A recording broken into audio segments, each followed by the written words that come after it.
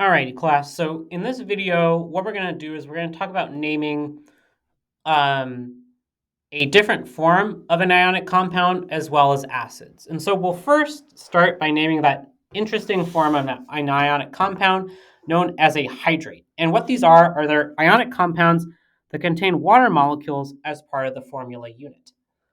And so the way that we're going to notate these water molecules is we're going to take the normal, our quote unquote normal ionic compound, so our metal plus a nonmetal or a polyatomic.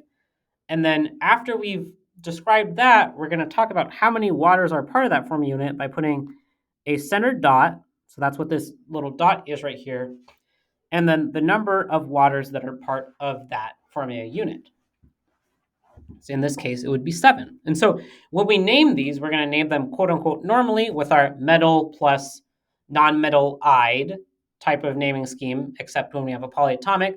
And then we're going to add the little wrinkle of describing how many waters we have, where we'll specify using a Greek prefix, and then we'll add onto that the word hydrate. And so if we start with this MgSO4.7H2O, we can name the ionic compound normally. So we have our metal, which is magnesium. And then our anion is that SO4 polyatomic called sulfate. So that's the first part of this. And now we have to add in our numbers of water. And so we'll start by looking up the prefix that corresponds to 7. So if we go to this table to the right, we can see that 7 is given by the prefix hepta. So we'll put hepta as a separate word here. So HEPTA. And then we'll add to that hepta the word hydrate that just means water. So hepta describes how many, and then hydrate is what it is. So 7 waters. So heptahydrate. So I encourage you to stop the video right here and then try the second example with CuSO4.5H2O. All right, welcome back. And so when we name this, we do it the same way we did above with magnesium sulfate. We have our metal, which is copper. We have our anion, which is SO4. Once again, that same polyatomic known as sulfate. And then now we have to just look up the prefix that corresponds to the number of waters we now have. So in this case, that's 5. So that's penta. And then we put the word hydrate to say that we're saying we have 5 waters. And so because waters are part of this formula unit, they also can determine the chemical and physical properties of that compound. And so if we look at our image below, which actually gave you the answer to the copper sulfate pentahydrate question I posed to you, you can see that when the copper sulfate has those 5 waters as part of the formula unit, it's this blue solid. But if you heat that up and you get rid of all of the waters, you end up with this solid right here, which is just copper 2 sulfate. And so the addition or subtraction of those waters can change the appearance as well as the chemical reactivity of your compound. Okay? And so the second unique naming I want to go through is that for the naming of acids. And acids are these hydrogen-containing compounds that are going to be found in water solutions. And you'll typically see acids with the name of the compound followed by parentheses AQ, which just means in water solution, also known as aqueous. So AQUEOUS. That just means the place that compound is formed is within a water solution. And we typically think of acids as anions with one or more hydrogen ions to give a neutral charge. So it's something that has a minus charge paired with enough hydrogens to give that charge neutrality. And so some of our acids we'll look at are things like HCl, H2SO4, H3PO4, and you can see there's a variable number of hydrogens here. And when we name these acids, we're going to name them 2 different ways because there's 2 different types of acids. The first type of acid are the so-called binary acids. And so the same way that our binary ionic compounds contain 2 elements, our binary acids are also going to only contain 2 elements. And so when we name these, we start by putting hydro to just say that we have, this that accounts for this hydrogen right here. So we have hydro, and then we take the nonmetal root the same way we did the nonmetal root when we were naming our ionic compounds. So for Cl, that's chlor, because if we take chlorine, we're going to cross out the INE because that's not part of the root. And then we add the suffix, instead of adding IDE, in this case, we're going to add IC. And then we add the word acid. So if we lump these three parts together, we get hydro for the water, chlor for the base name of chlorine, IC as our new suffix, and then acid. So HCl is known as hydrochloric acid. And if we do the same thing for HF, pause the video here and try to name that yourself. Okay?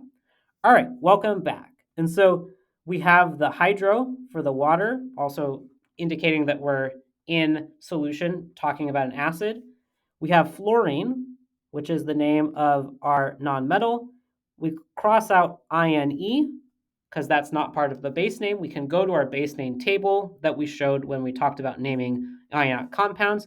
We add the suffix IC and then the word acid, and we end up with hydrofluoric acid. Okay? And so that's how you name these binary acids. There's another type of acid known as oxoacids, and these are going to be acids formed by polyatomic ions with oxygen. So that's why they're called these oxoacids. And so what I show here are the common oxoacids. So the one made with nitrite, nitrate, carbonate, this series of chlorine-containing compounds, as well as sulfate and sulfite. And you'll see that in a lot of these cases, you have very similar names that just differ by the last three letters. So the difference between NO2 minus and NO3 minus is one is called nitrite and one is called nitrate. The same for sulfite and sulfate. And then the series with chlorine is actually 4 different species. So you have ClO4 all the way to ClO. And so we need a way to distinguish between all these different forms. And so the way that we'll do that is that when we name these as an acid, any of these acids that ended with ATE, we're going to change that to an IC when we name the acid. If the ending is ITE, that's going to become OUS in the acid. So let's try that with a couple different examples here. So when we name these, we'll start with the oxyanion root. So that's going to be most of the word for the polyatomic. And then we just make that substitution of ate for ick or ite for us. And then we add the word acid. So in the first case, HNO3 is, really just H plus and then NO3 minus. And so we find NO3 minus, that's nitrate. So we have nitrate, and then we said we're going to get rid of ATE, and we're going to substitute that for IC. And then we add acid. So this is nitric acid. And that's as opposed to HNO2, which is H plus NO2 minus, where that would be nitrite, because that's NO2. And then we take the ITE, get rid of that, substitute that with OUS, and then we add acid. And that then becomes HNO2 is nitrous acid, as opposed to nitric acid.